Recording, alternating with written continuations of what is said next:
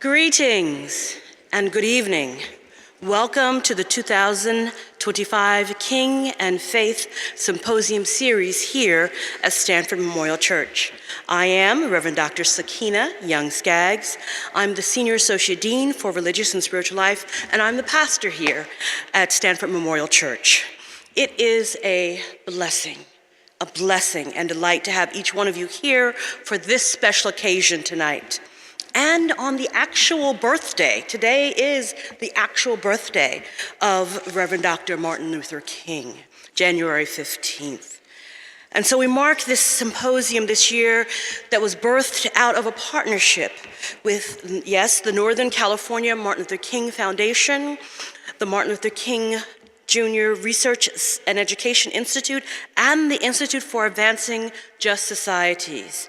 We are grateful this year to have this year's partners and sponsors bring the voice and heart of Reverend Dr. Martin Luther King here to Memorial Church.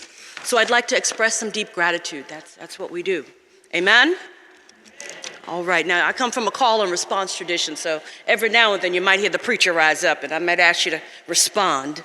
But that's that gratitude. Amen means to give power to the word, to be affirmative. And so I'd like to thank everyone who made this event possible, and our sponsors, the Martin Luther King Jr. Research and Education Institute, the Institute for Advancing Just Societies, the Office for Religious and Spiritual Life, the Department of African and African American Studies, the department, amen?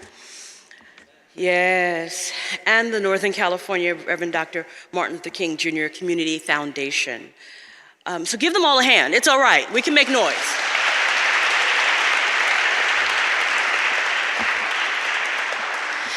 And I would be remiss if I did also not take time to express a special thank you to the staff and vendors who prepared Memorial Church for this event and constructed this 16-foot wide movie screen to enhance today's screening. So I can't say enough. Give them a hand as well. There are some people in the business of miracle making, and this is one of them. Amen. A little bit that I wanted to share with you as a child of the modern civil rights movement. For me, it's particularly poignant.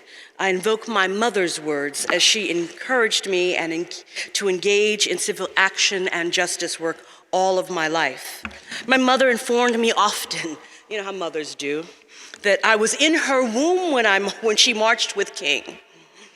So it may not be a surprise to any of you that my choice for seminary was to walk the same halls as Reverend Dr. King at Boston University, and to study. Yes, I would study, thinking I would perhaps invoking a moment of ancestor. I would study in the alcove that was King's old dorm room and that housed the office of my preaching professor, then Reverend Dr. Anthony Cardova Campbell. So in my birth and my studies, I have always lent an ear to the voice and spirit of Reverend Dr. King. So I believe we're in for a treat today, and I'm looking forward to it. Today's event will feature the screening of Dr. King's 48-minute speech, The Other America. It was delivered on April 14th, 1967, here at Stanford. After the screening, we'll have a conversation with Philip Taubman, class of 1970, and he will join Professor Lerone Martin on stage for this discussion about Dr. King's visit here to Stanford. Mr. Taubman, an undergraduate at the time, accompanied King to and from the airport, later documenting their conversation in the Stanford Daily. And so I'm pleased to introduce Dr. Martin. Dr. Martin is the Martin Luther King Jr. Centennial Professor, the Professor of Religious Studies and of African and African American Studies. He is the director of the Martin Luther King Jr. Research and Education Institute at Stanford University. The Institute supports a broad range of educational activities, illuminating Dr. King's life and the movements he inspired, including a comprehensive collection of Dr. King's most significant correspondence, sermons, speeches, published writings, and unpublished manuscripts. Among the materials in the collection are the film which we will see today, the letter Stanford students sent to Dr. King in 1967 to invite him to speak at campus, and the Stanford Daily article authored by Philip Taubman describing his ride to and from the airport with Dr. King. Could you just imagine? Dr. King was present, and he'll be present with us tonight. Dr. Martin, thank you for working with us to develop the vision for today's event and offering remarks before we begin the film. Let us begin. Dr. Martin.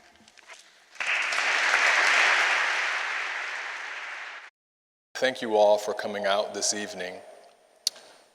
The Associated Students of Stanford University sent King their invitation to come speak and to preach in this very space in November of 1966.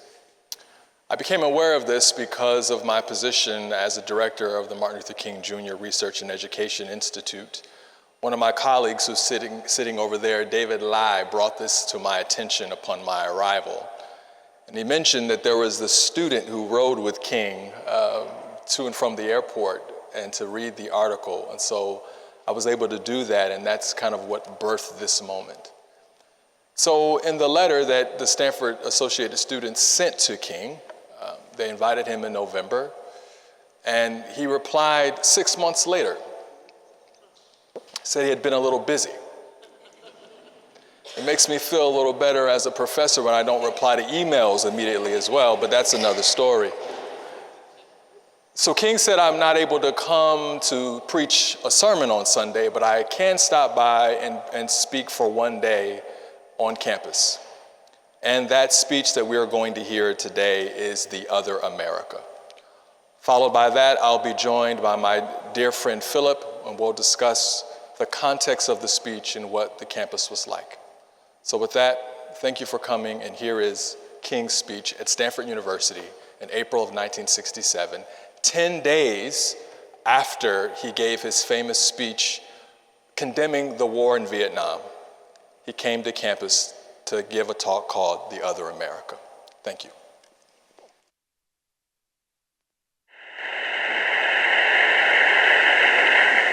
Dean Napier, Mr. Bell, members of the faculty and members of the student body of this great institution of learning, ladies and gentlemen. Now there are several things that one could talk about before such a large, concerned and enlightened audience. There are so many problems facing our nation and our world that one could just take off anywhere. But today I would like to talk mainly about the race problem, since I'll have to rush right out and go to New York to talk about Vietnam tomorrow, and I've been talking about it a great deal this week and weeks before that. But I'd like to use as a subject from which to speak this afternoon the other America. And I use this subject because there are literally two Americas. One America is beautiful for a situation. And in a sense, this America is overflowing with the milk of prosperity and the honey of opportunity.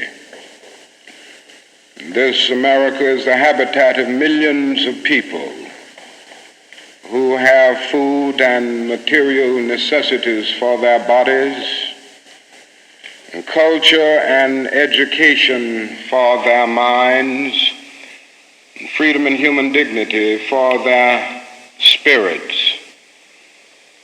In this America, millions of people experience every day the opportunity of having life, liberty, and the pursuit of happiness in all of their dimensions. And in this America, millions of young people grow up in the sunlight of opportunity. But tragically and unfortunately, there is another America. And this other America has a daily ugliness about it that constantly transforms the buoyancy of hope into the fatigue of despair. In this America, millions of work-starved men walk the streets daily in search for jobs that do not exist. In this America, millions of people find themselves living in rat-infested, vermin-filled slums. In this America, people are poor by the millions, and they find themselves perishing on a lonely island of poverty in the midst of a vast ocean of material prosperity. In a sense, the greatest tragedy of this other America is what it does to little children. Little children in this other America are forced to grow up with clouds of inferiority forming every day in their little mental skies. And as we look at this other America, we see it as an arena of blasted hopes and shattered dreams. Many people of various backgrounds live in this other America. Some are Mexican Americans, some are Puerto Ricans, some are Indians, some happen to be from other groups. Millions of them are Appalachian whites. Probably the largest group in this other America in proportion to its size in the population is the American Negro. The American Negro finds himself living in a triple ghetto, a ghetto of race, a ghetto of poverty, a ghetto is to deal with this problem of the two Americas. We are seeking to make America one nation, indivisible, with liberty and justice for all. Now let me say that the struggle for civil rights, or the struggle to make these two Americas one America, is much more difficult today than it was 5 or 10 years ago. For about a decade or maybe 12 years, we struggled all across the South in glorious struggles to get rid of legal, overt segregation and all of the humiliation that surrounded that system of segregation. In a sense, this was a struggle for decency. We could not go to a lunch counter in so many instances and get a hamburger or a cup of coffee. We could not make use of public accommodations. Public transportation was segregated, and often we had to sit in the back, and within transportation within cities, we often had to stand over empty seats because sections were reserved for whites only. We did not have the right to vote in so many areas of the South. And the struggle was to deal with these problems. Now, certainly they were difficult problems. They were humiliating conditions. And by the thousands, we protested these conditions. We made it clear that it was ultimately more honorable to accept jail cell experiences than to accept segregation and humiliation. By the thousands, students and adults decided to sit in at segregated lunch counters to protest conditions there. When they were sitting at those lunch counters, they were in reality standing up for the best in the American dream and seeking to take the whole nation back to those great wells of democracy which were dug deep by the founding fathers in the formulation of the Constitution and the Declaration of Independence. Many things were gained as a result of these years of struggle. In 1964, the Civil Rights Bill came into being after the Birmingham movement, which did a great deal to subpoena the conscience of a large segment of the nation to appear before the judgment seat of morality on the whole question of civil rights. After the Selma movement in 1965, we were able to get a voting rights bill. Now, all of these things represented strides, but we must see that the struggle today is much more difficult.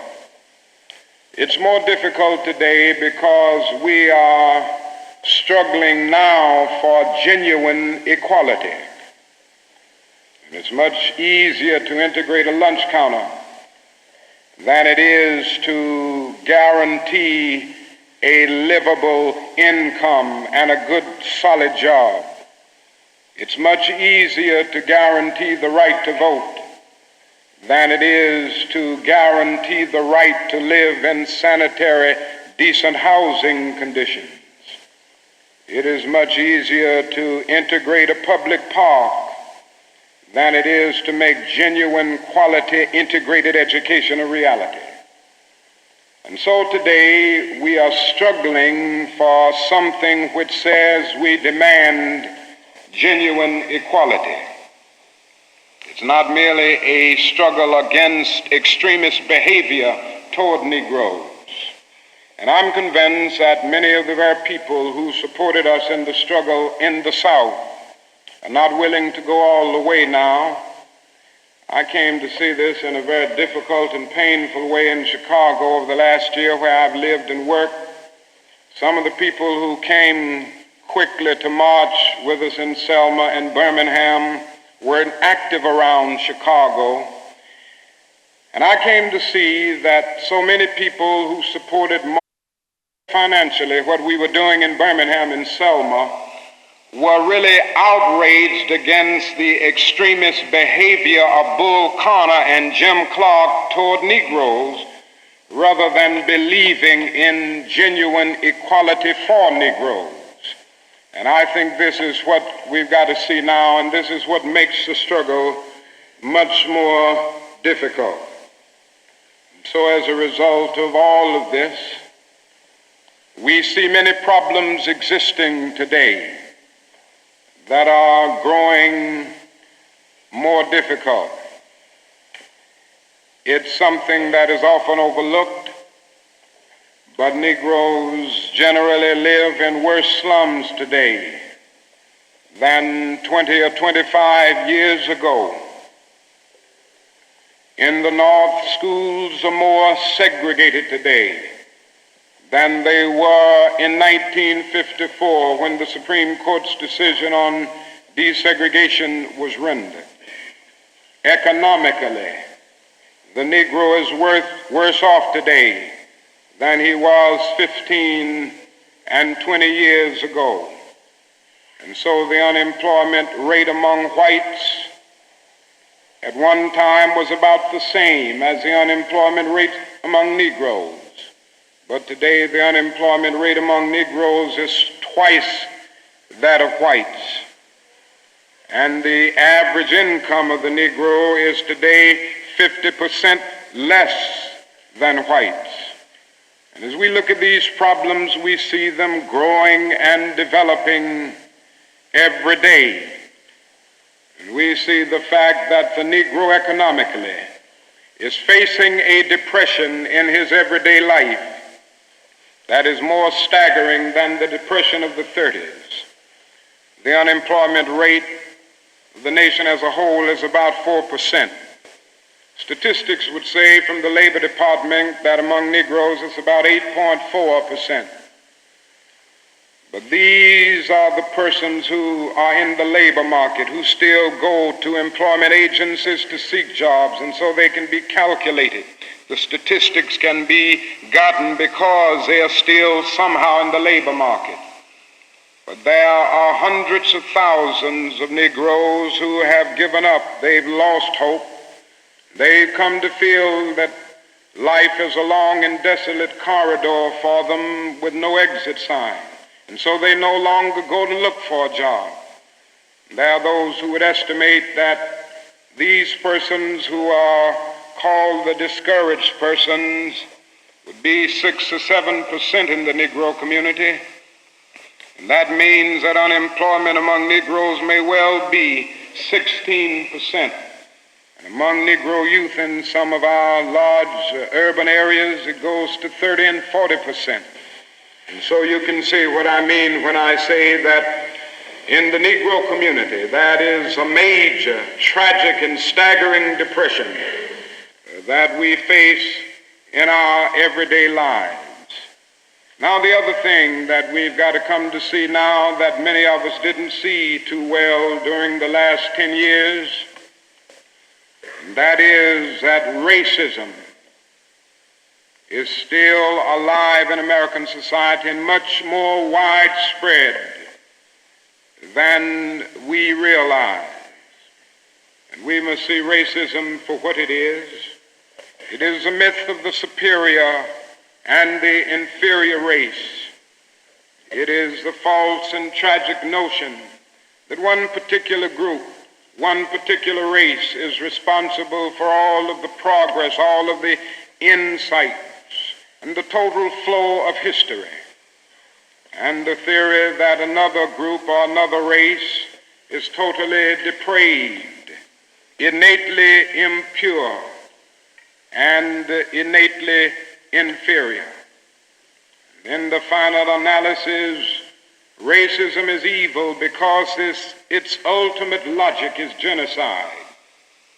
Hitler was a sick and tragic man who carried racism to its logical conclusion.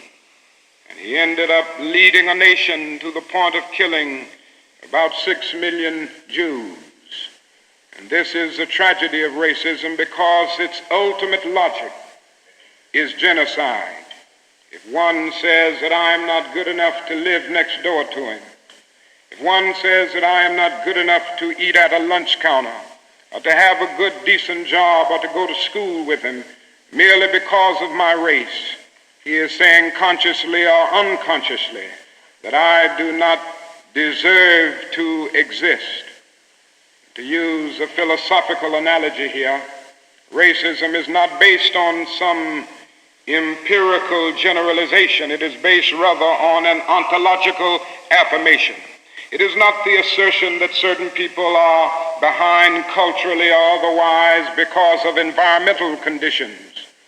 It is the affirmation that the very being of a people is inferior. And this is the great tragedy of it.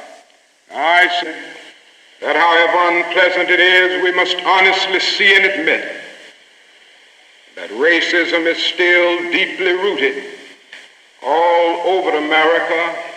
It's still deeply rooted in the North, and it's still deeply rooted in the South.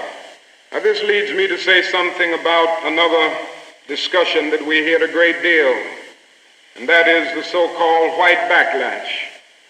I would like to honestly say to you that the white backlash is merely a new name for an old phenomenon. It's not something that just came into being because shouts of black power, or because Negroes engaged in riots in Watts, for instance. The fact is that the state of California voted a fair housing bill out of existence before anybody shouted black power, or before anybody rioted in Watts. It may well be that shouts of black power and riots in Watts and the Harlems and the other areas are the consequences of the white backlash rather than the cause of them. What it is necessary to see is that there has never been a single solid, monistic, determined commitment on the part of the vast majority of white Americans, the whole question of civil rights and on the whole question of racial equality. This is something that truth impels all men of goodwill to admit. It is said on the Statue of Liberty that America is the home of exiles. But it doesn't take us long to realize that America has been the home of its white exiles from Europe. But it has not evinced the same kind of maternal care and concern for its black exiles from Africa. And it is no wonder that in one of his sorrow songs, the Negro could sing out, "Sometimes I feel like a motherless child." What great estrangement, what great sense of rejection caused the people to emerge with such a metaphor as they looked over their lives. What I'm trying to get across is that our nation has constantly taken a positive step forward on the question of racial justice and racial equality. But over and over again at the same time, it made certain backward steps. And this has been the persistence of the so-called white backlash. In 1863, the Negro was freed from the bondage of physical slavery. But at the same time, the nation refused to give him land to make that freedom meaningful. And at that same period, America was giving millions of acres of land in the West and the Midwest, which meant that America was willing to undergird its white peasants from Europe with an economic floor that would make it possible to grow and develop, and refused to give that economic floor to its black peasants, so to speak. And this is why Frederick Douglass could say that emancipation for the Negro was freedom to hunger, freedom to the winds and rains of heaven, freedom without roofs to cover their heads. He went on to say that it was freedom without bread to eat, freedom without land to cultivate. It was freedom and famine at the same time. But it does not stop there. In 1875, the nation passed a civil rights bill and refused to enforce it. In 1964, the nation passed a weaker civil rights bill. And even to this day, that bill has not been totally enforced in all of its dimensions. The nation heralded a new day of concern for the poor, for the poverty-stricken, for the disadvantaged, and brought into being a poverty bill. But at the same time, it put such little money into the program that it was hardly and still remains hardly a good skirmish against poverty. White politicians in suburbs talk eloquently against open housing, and in the same breath contend that they are not racist.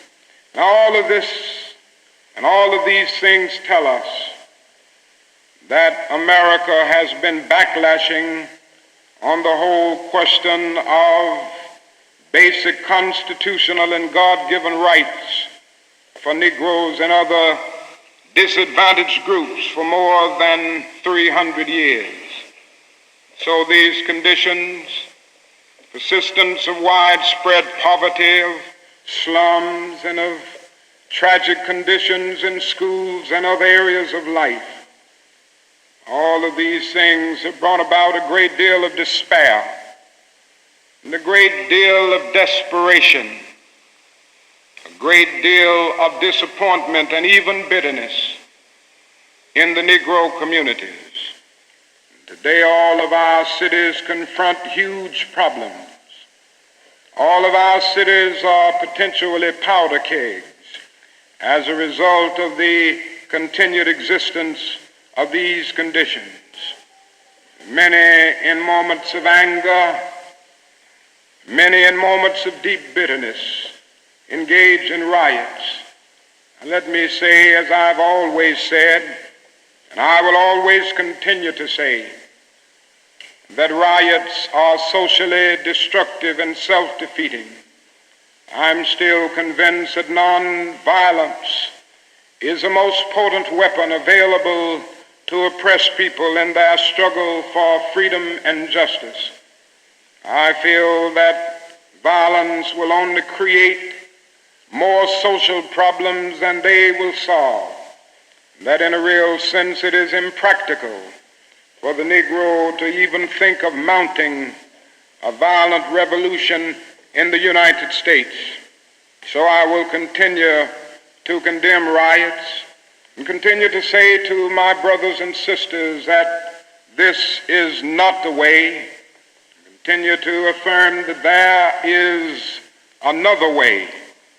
But at the same time, it is as necessary for me to be as vigorous in condemning the conditions which cause persons to feel that they must engage in riotous activities as it is for me to condemn riots.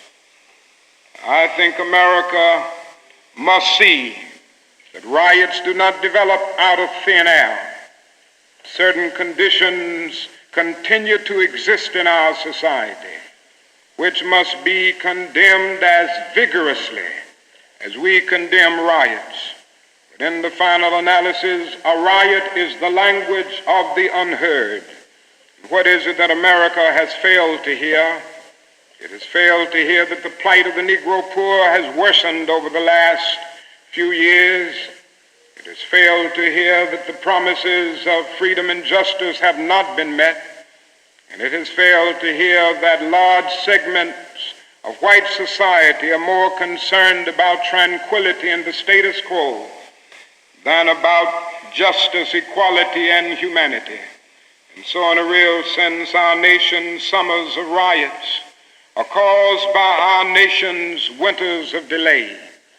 And as long as America postpones justice, we stand in the position of having these recurrences of violence and riots over and over again. Social justice and progress are the absolute guarantors of riot prevention. Now let me go on to say that if we are to deal with all of the problems that I've talked about, if we are to bring America to the point that we have one nation, indivisible, with liberty and justice for all, there are certain things that we must do. The job ahead must be massive and positive. We must develop massive action programs all over the United States of America in order to deal with the problems that I have mentioned. Now, in order to develop these massive action programs, we've got to get rid of one or two false notions that continue to exist in our society. One is the notion that only time can solve the problem of racial injustice. I'm sure you've heard this idea. It is the notion almost that that is something in the very flow of time that will miraculously cure all evils. And I've heard this over and over again. There are those, and they're often sincere people, who say to Negroes and their allies in the white community that we should slow up and just be nice and patient and continue to pray, and in 100 or 200 years the problem will work itself out, because only time can solve the problem. I think that is an answer to that myth, and it is that time is neutral. It can be used either constructively or destructively. And I'm absolutely convinced that the forces of ill will in our nation, the extreme righteous in our nation, have often used time much more effectively than the forces of goodwill. And it may well be that we will have to repent in this generation, not merely for the vitriolic words of the bad people and the violent actions of the bad people, but for the appalling silence and indifference of the good people who sit around and say, wait on time. Somewhere we must come to see that social progress never rolls in on the wheels of inevitability. It comes through the tireless efforts and the persistent work of dedicated individuals, and without this hard work, time itself becomes an ally of the primitive forces of social stagnation. And so we must help time, and we must realize that the time is always ripe to do right. Now there's another notion that gets out. It's around everywhere. It's in the South, it's in the North, it's in California and all over our nation. It's the notion that legislation can't solve the problem. It can't do anything in this area. And those who project this argument contend that you've got to change the heart and that you can't change the heart through legislation. Now, I would be the first one to say that there is real need for a lot of heart changing in our country. And I believe in changing the heart. I preach about it. I believe in the need for conversion in many instances and regeneration, to use theological terms. And I would be the first to say that if the race problem in America is to be solved, the white person must treat the Negro right, not merely because the law says it, but because it's natural, because it's right, and because the Negro is his brother. And so I realize that if we are to have a truly integrated society, men and women will have to rise to the majestic heights of being obedient to the unenforceable. But after saying this, let me say another thing which gives the other side, and that is that although it may be true that morality cannot be legislated, behavior can be regulated. Even though it may be true that the law cannot change the heart, it can restrain the heartless. Even though it may be true that the law cannot make a man love me, it can restrain him from lynching me, and I think that's pretty important also. And so while the law may not change the hearts of men, it can and it does change the habits of men. When you begin to change the habits of men, pretty soon the attitudes will be changed. Pretty soon the hearts will be changed. Now, I'm convinced that we still need strong civil rights legislation. And there's a bill before Congress right now to have a national federal open housing bill. A federal law declaring discrimination in housing unconstitutional. And also a bill to make the administration of justice real all over our country. Now, nobody can doubt the need for this. Nobody can doubt the need if he thinks about the fact that since 1963, some 58 Negroes and white civil rights workers have been brutally murdered in the state of Mississippi alone. Not a single person has been convicted for these dastardly crimes. There have been some indictments, but no one has been convicted. So there is a need for the whole question of the administration of justice. There is a need for fair housing laws all over our country. And it is tragic indeed that Congress last year allowed this bill to die. And that bill died in Congress. A bit of democracy died, a bit of our commitment to justice died. If it happens again in this session of Congress, a greater degree of our commitment to democratic principles will die. And I can see no more dangerous trend in our country than the constant developing of predominantly Negro central cities ringed by white suburbs. This is only inviting social disaster. And the only way this problem will be solved is by the nation taking a strong stand and by state governments taking a strong stand against housing segregation and against discrimination in all of these areas. Now, there's another thing that I'd like to mention as I talk about the Massive Action Program, and time will not permit me to go into specific programmatic action to any great degree. But it must be realized now that the Negro cannot solve the problems by himself. There again, there are those who always say to Negroes, why don't you do something for yourself? Why don't you lift yourselves by your own bootstraps? And we hear this over and over again. Now, certainly, there are many things that we must do for ourselves and that only we can do for ourselves.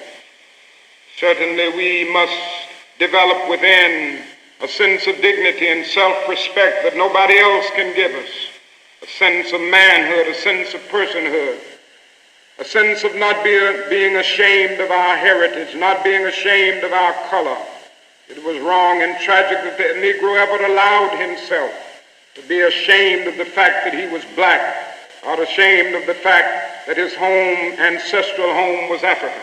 And so there's a great deal that the Negro can do to develop self-respect. There's a great deal that the Negro must do and can do to amass political and economic power within his own community and by using his own resources. And so we must do certain things for ourselves, but this must not negate the fact and cause the nation to overlook the fact that the Negro cannot solve the problem himself. A man was on the plane with me some weeks ago, and he came and talked with me, and he said, the problem, Dr. King, that I see with what you all are doing is that every time I see you and other Negroes, you are protesting, and you aren't doing anything for yourselves. He went on to tell me that he was very poor at one time, and he was able to make it by doing something for himself. Why don't you teach your people, he said, to lift themselves by their own bootstraps? And then he went on to say other groups face disadvantages, the Irish, the Italians, and he went down the line. And I said to him that it does not help the Negro, it only deepens his frustration for unfeeling and sensitive people to say to him that other ethnic groups who migrated or were immigrants to this country just 100 years ago or so have gotten beyond him, and he came here some 344 years ago.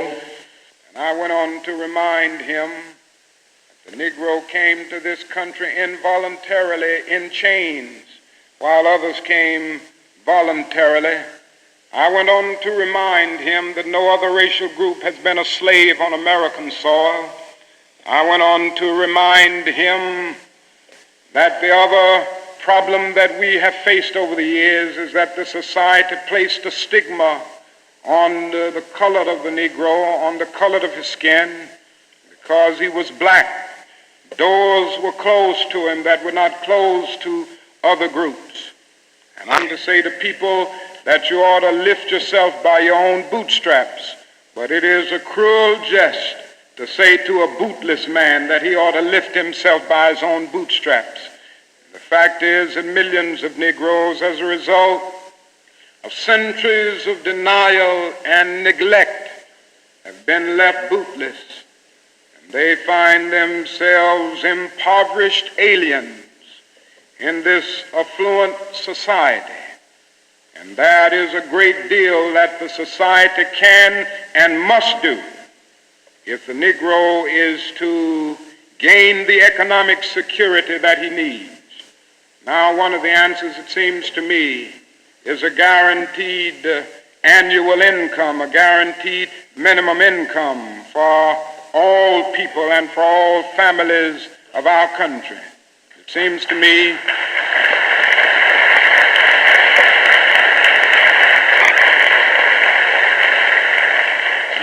me that the civil rights movement must now begin to organize for the guaranteed annual income, begin to organize people all over our country and mobilize forces so that we can bring to the attention of our nation this need and this something which I believe will go a long, long way toward dealing with the Negro's economic problem and the economic problem which many other poor people confront in our nation.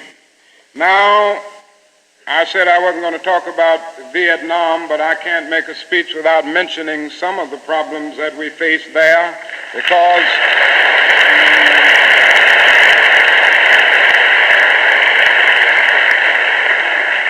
I think this war has diverted attention from civil rights.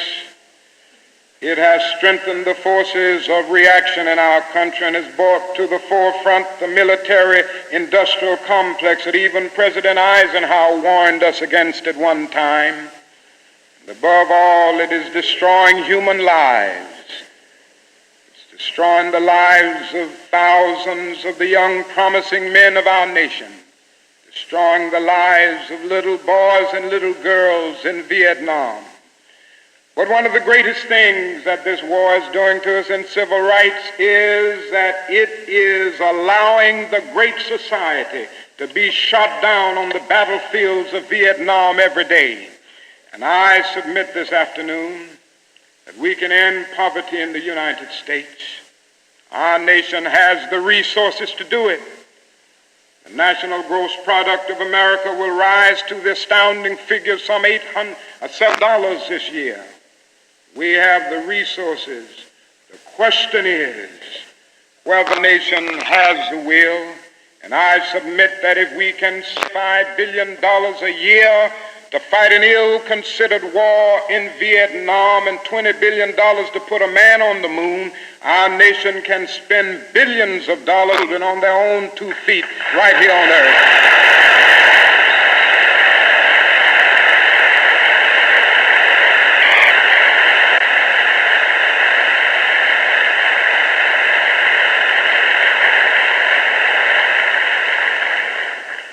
Let me say another thing that's more in the realm of the spirit, I guess.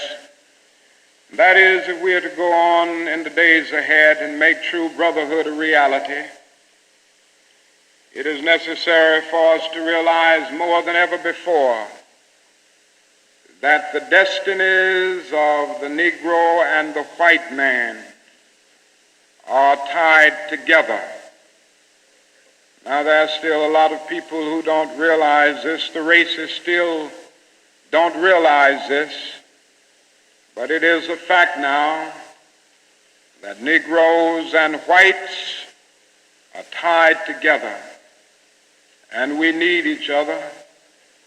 The Negro needs the white man to save him from his fear. The white man needs the Negro to save him from his guilt.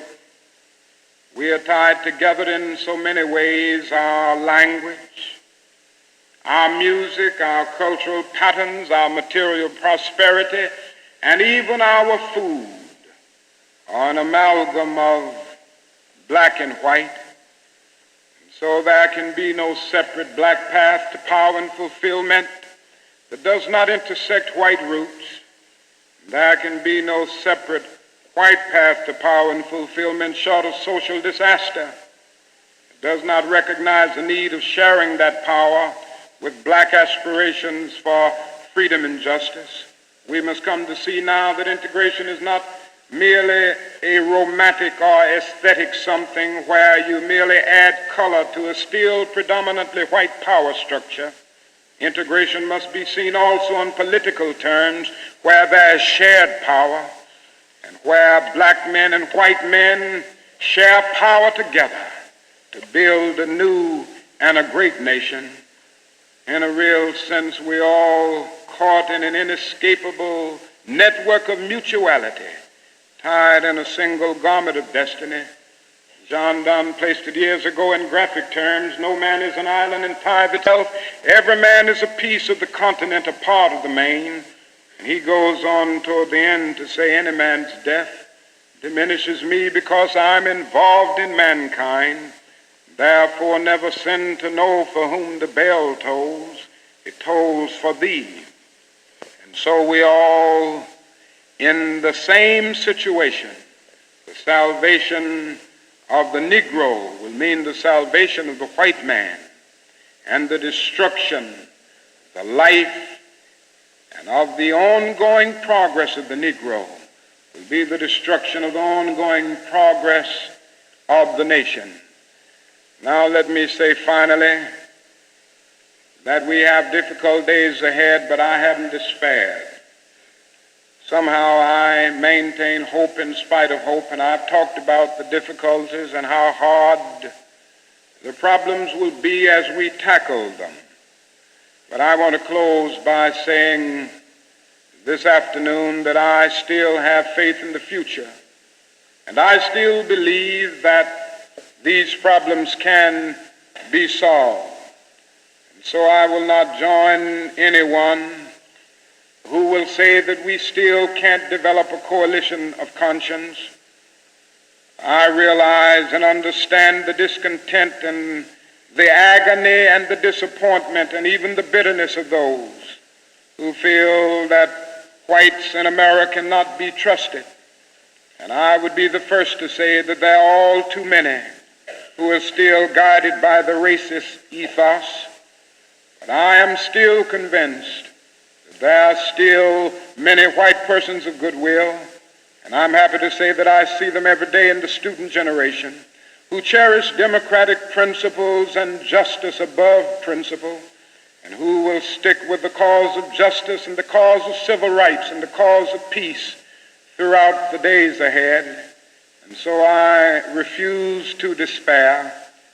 I think we're going to achieve our freedom, because however much America strays away from the ideals of justice, the goal of America is freedom. Abused and scorned though we may be, our destiny is tied up in the destiny of America. Before the Pilgrim Fathers landed at Plymouth, we were here. Before Jefferson etched across the pages of history the majestic words of the Declaration of Independence, we were here. Before the beautiful words of the Star-Spangled Banner were written, we were here. And for more than 2 centuries, our forebears labored here without wages. They made cotton king. They built the homes of their masters in the midst of the most humiliating and oppressive conditions. And yet out of a bottomless vitality, they continued to grow and develop. And I say that if the inexpressible cruelties of slavery couldn't stop us, the opposition that we now face, including the so-called white backlash, will surely fail. We're going to win our freedom, because both the sacred health of our nation and the eternal will of the Almighty God are embodied in our echoing demands. And so I can still sing, we shall overcome. We shall overcome because the arc of the moral universe is long, but it bends toward justice. We shall overcome because Carlyle is right. No lie can live forever. We shall overcome because William Cullen Bryant is right. Truth crushed earth will rise again. We shall overcome because James Russell Lowell is right. Truth forever on the scaffold, wrong forever on the throne. Yet that scaffold sways the future. With faith, we will be able to hew out of the mounting of despair a stone of hope. With this faith, we will be able to transform the jangling discords of our nation into a beautiful symphony of brotherhood.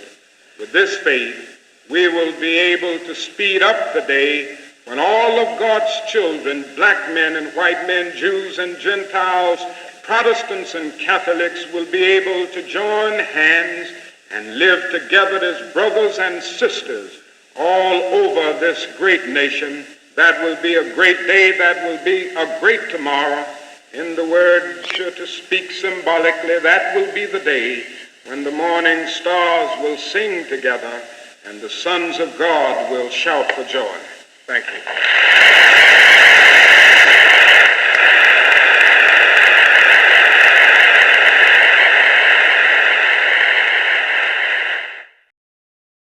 Thank you, Dr. King, on your birthday for such Amazing words.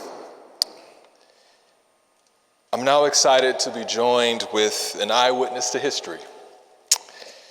Philip Taubman is an affiliate of Stanford Center for International Security and Cooperation.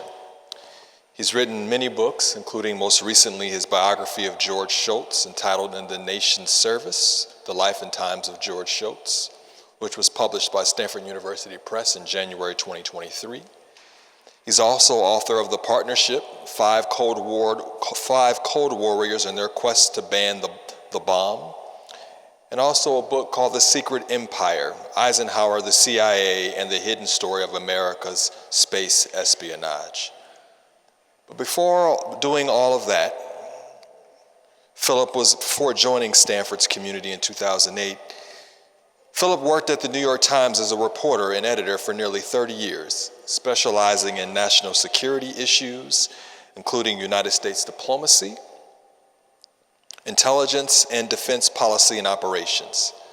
At the New York Times, Philip served as a Washington correspondent, Moscow bureau chief, deputy editor of the editorial page, and Washington bureau chief and associate editor. He has a book that's coming out in September entitled McNamara at War, A New History, co-authored by Philip and William Taubman. But before all that, Philip was just an undergraduate at Stanford University. He was a history major in the class of 1970 and served as editor-in-chief of the Stanford Daily in 1967. So during that time, Philip was here on campus and had the opportunity to meet Dr. King at the airport and to ride with him to campus and ride back to the airport. And he wrote a story about it for the Stanford Daily. And now Philip will come and join me to have a conversation about this. So please join me in welcoming Philip to the stage. Philip, thank you for joining me. I think we'll have you, if you don't mind, revisiting some of the words that you wrote all those years ago in 1967. Please. Well, you know, it's quite remarkable when I think back to that day, and thank you for inviting me. And I think, like everybody else who just watched that speech, it's hard not to be deeply moved by it. It's also hard not to realize that what Martin Luther King said in Memorial Auditorium in 1967 is still true today. Absolutely. My opportunity to meet with Dr. King was an accident of history. I was a freshman at Stanford at the time, and I, to this day, can't recall exactly the circumstances that led to my being given the opportunity to go up to the airport to meet him, drive back to campus with him, and then go back to the airport before he headed to New York. I think there may have been an unenlightened editor of the Stanford Daily at the time who was uninterested in this assignment and turned it over to a freshman. I will be forever thankful to that editor whose name I no longer recall. And what I do remember is some of you who are, all of us are now accustomed to the security at airports. In April 1967, there was no security at San Francisco Airport.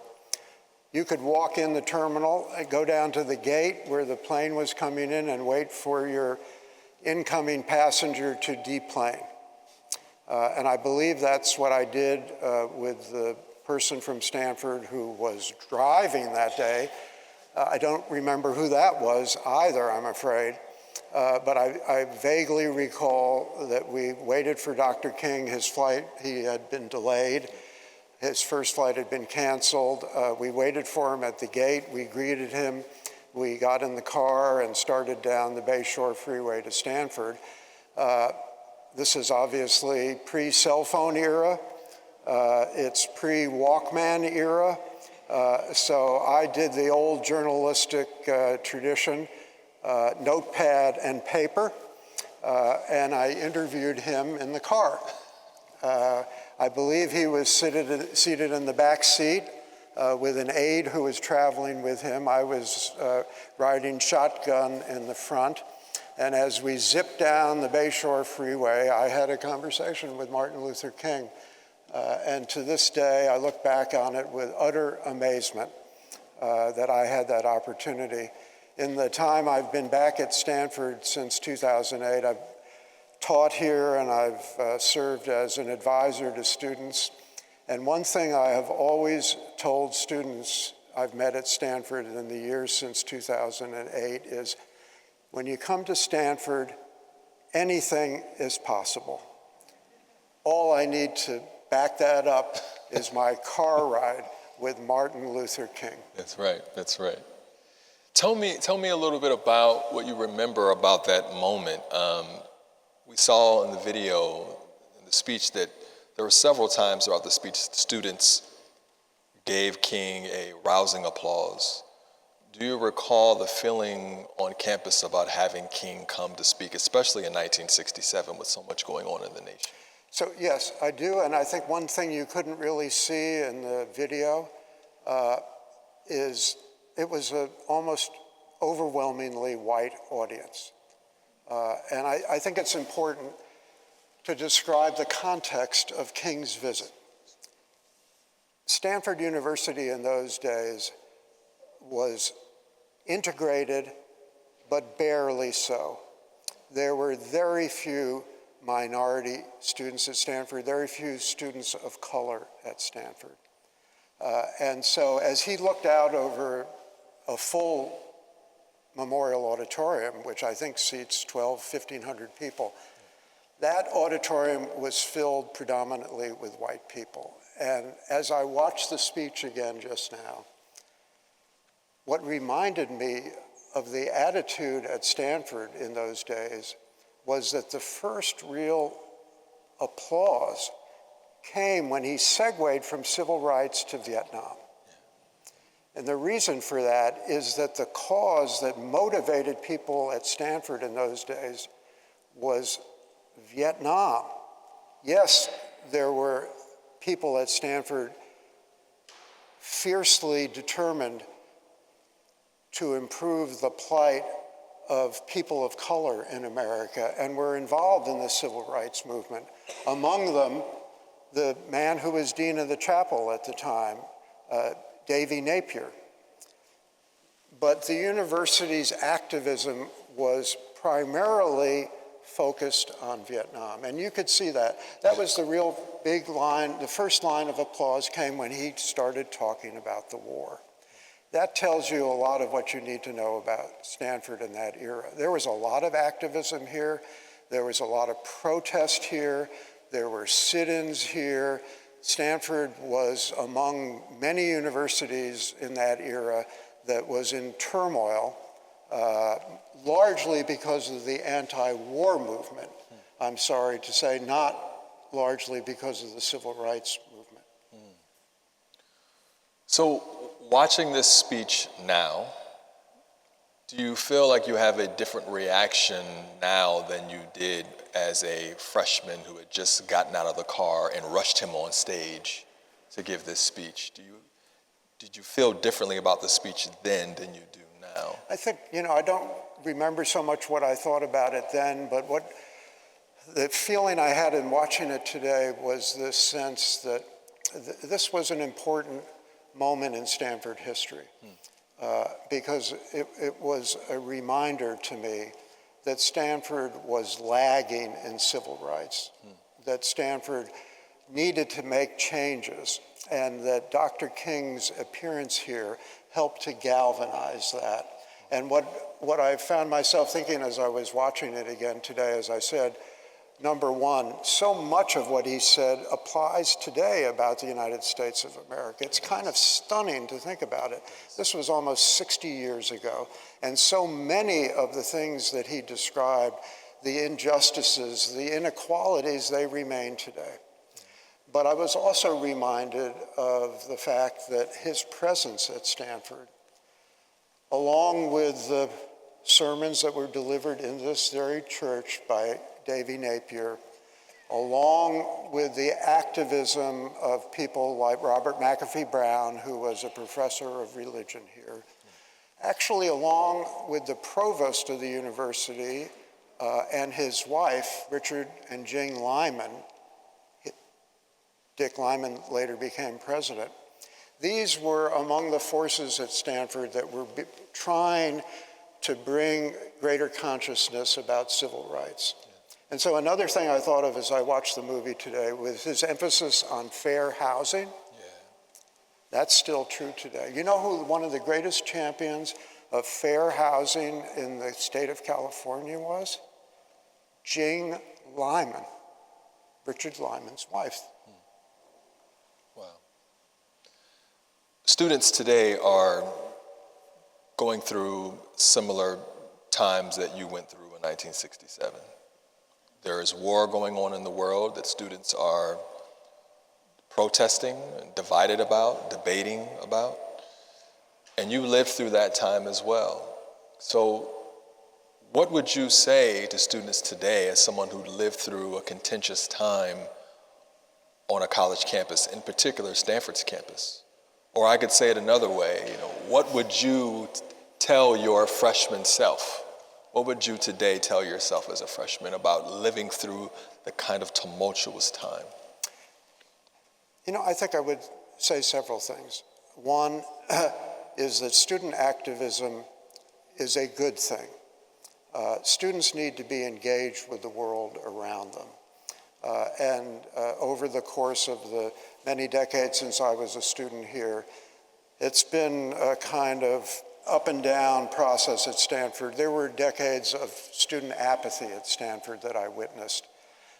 And so I think that student activism is a good thing. It means that the students at Stanford are engaged with the world around them, whether it's national security issues, the war in Ukraine, the Israeli-Palestinian conflict, the conflict in Gaza, all the things that are going around the world, or right here at home, all the inequities that exist today. That is a good thing, and I'm glad to see that. I think one of the takeaways from my time as a student here is that when there's activism on campus, the goals that are set by the students, the demands that they make, should be realistic, demands that can be met, demands that can be realized. And I can't judge what the activism of today, what the causes of today should be promoting and fighting for. But when I look back at my era at Stanford, I think there were two sets of student activism issues that were in the forefront. The first was Vietnam. Yeah. And the demand of the students, and by the way, a lot of faculty at the time and staff, but the demand was for Stanford University to prohibit classified defense research at Stanford. There was a lot of classified defense research going on here at the time. A lot of it was feeding into weapons systems that were being used in Vietnam. That was the focal point of the activism. And guess what? It took time, not that much time. Within a year or two of that activism beginning, Stanford University prohibited classified research on campus. It was a powerful goal, an important goal, and a goal that was realized. Yeah. After Dr. King's assassination in 1968, at that point, the civil rights movement came to the fore at Stanford, and the demands of the Black Student Union at Stanford involved sort of shockingly simple requests. Increase enrollment of students of color. Increase the number of faculty, Black faculty, Hispanic faculty, Muslim faculty, whatever. The university, if you go back and look at the demographics of Stanford in 1968, on the day Martin Luther King was assassinated, I think you'd be shocked to see how few black students there were, undergraduates, and how few black professors there were here at the time. And that cause was embraced by Provost Lyman, and then later by President Lyman, and by Vice Provost Herbert Packer, who was Dick Lyman's closest aide, and eventually by the Board of Trustees.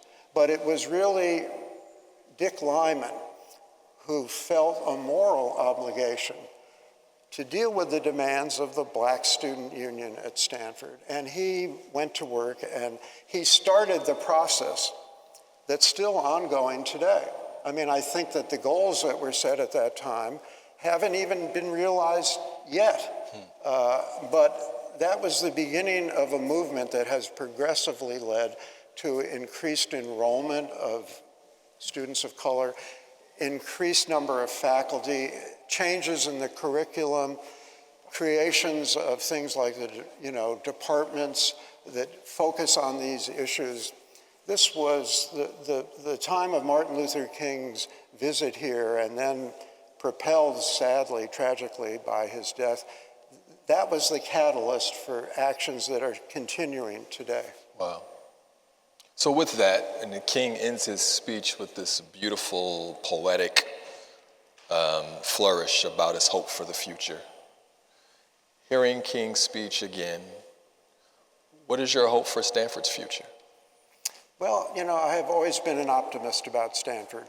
One of the great things about the Stanford University, if you look at its history, and it's odd, I've been part of it now in a very minor way for over 60 years.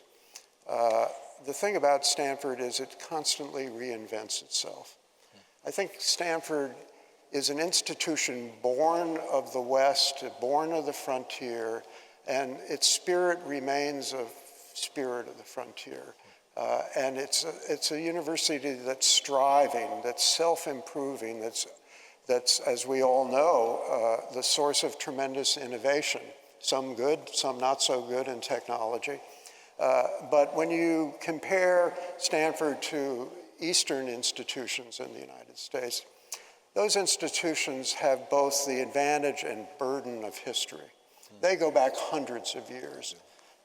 Stanford, was created in the 1890s. It's still a young institution. And so I think it has this limitless potential to continue to grow and improve. And I see that, I saw that in the years I was teaching here. I saw that in the years I served for 7 or 8 years as the secretary of the Stanford Board of Trustees, in the teens, a decade ago. It's always been an energetic, self-renewing institution. I want to ask if we could close with, would you mind closing us with your own words and reading the article that you wrote in 1967? Would you mind doing that? No, and I would say before I do that, that as you hear the article, I would, and this reflects what I said earlier about Vietnam. I've just finished a book about Robert McNamara. I've done it with my brother. You alluded to it. Yes. It's coming out in September. And it's a book about McNamara and Vietnam and John Kennedy and Lyndon Johnson. And one of the things that Martin Luther King told me in the car that day that I'm about to read resonates with me because of the book. And I want to emphasize it before I read it.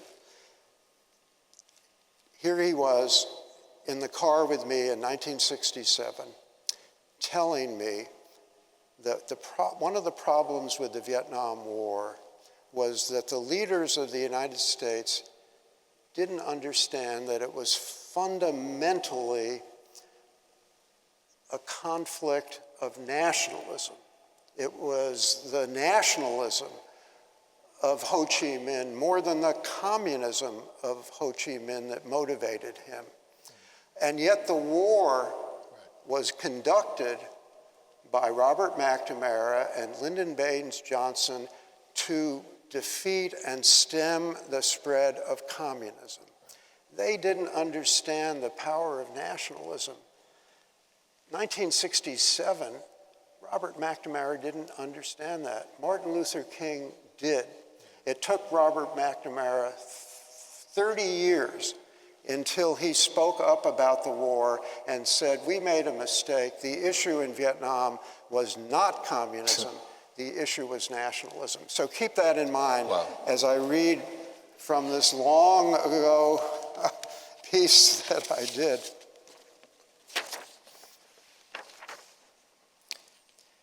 If you're ever in need of an interesting companion for the ride from San Francisco Airport to Stanford, try Dr. Martin Luther King. He covers a wide range of topics and the trip flashes by. His comments are stimulating and controversial, his voice high and resonant.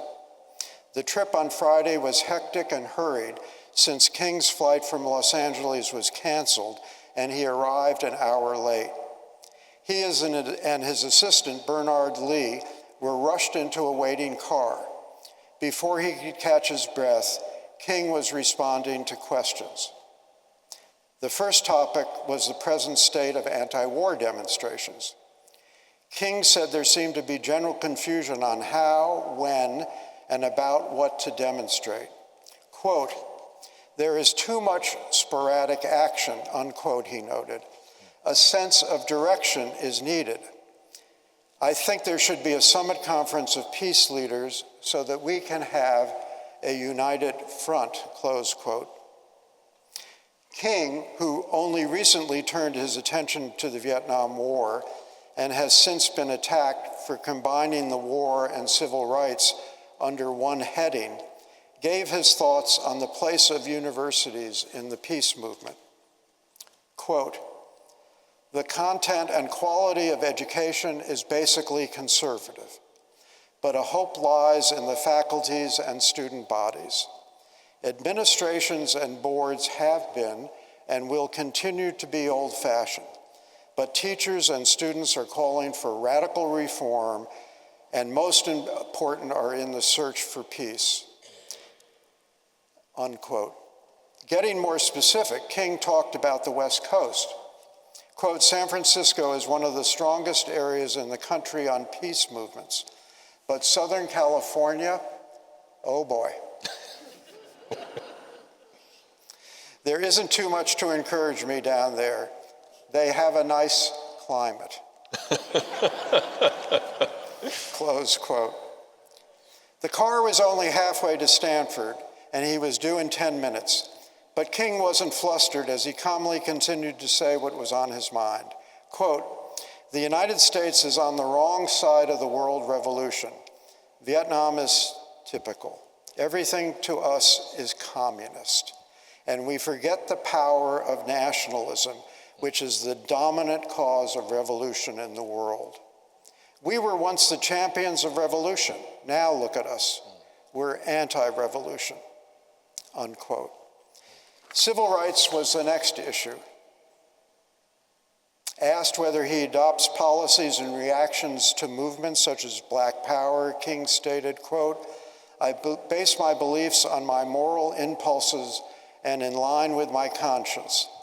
And at any rate, Black Power is only a temporary development, unquote. As he talked, King nodded to friendly looks and gestures for people who noticed him in passing cars.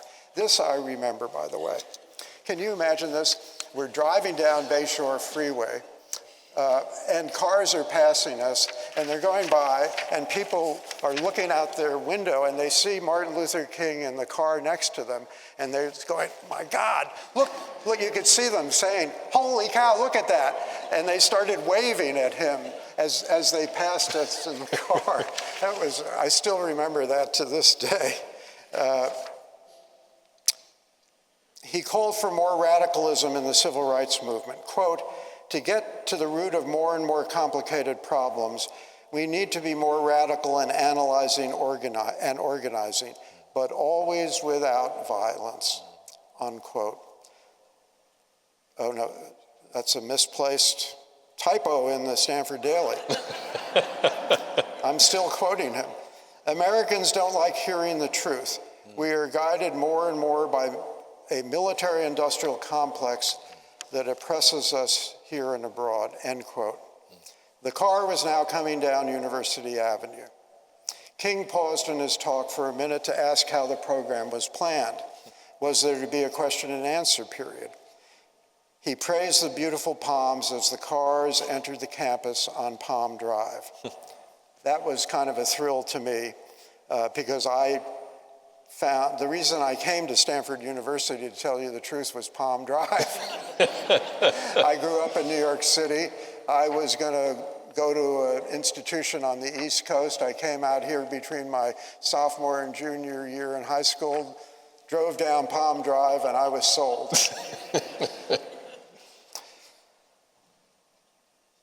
It was now a little past 3:30 p.m., the time he was due to appear. Just as the audience was being told there might be a delay, King and his adopted party strode into Memorial Auditorium. Without stopping for more than a handshake, King walked onto the stage. He walked off an hour later amidst a throng of news-hungry members of the press. But after a brief nonviolent struggle, King got into the car and was heading back to the airport. He was beaming as he repeated happily, "Wonderful, wonderful, absolutely wonderful audience.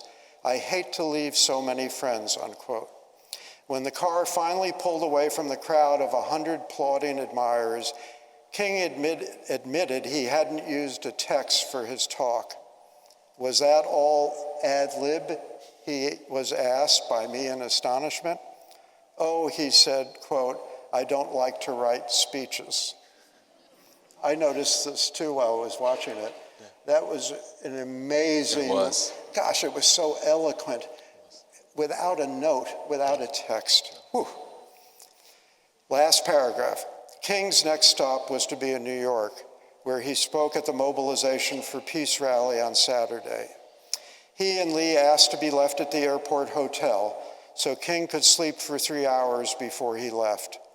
He said he was immune to travel fatigue, but he checked in and was on his way upstairs almost before goodbyes were exchanged. He thanks us for an interesting trip to and from Stanford.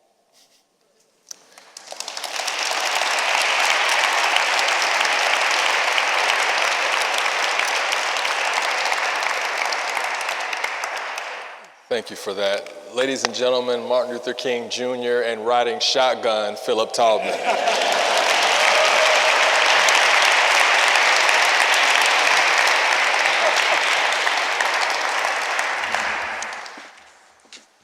Hello, I'm Brian Lowry, one of the founding co-directors of Stanford's Institute for Advancing Just Societies.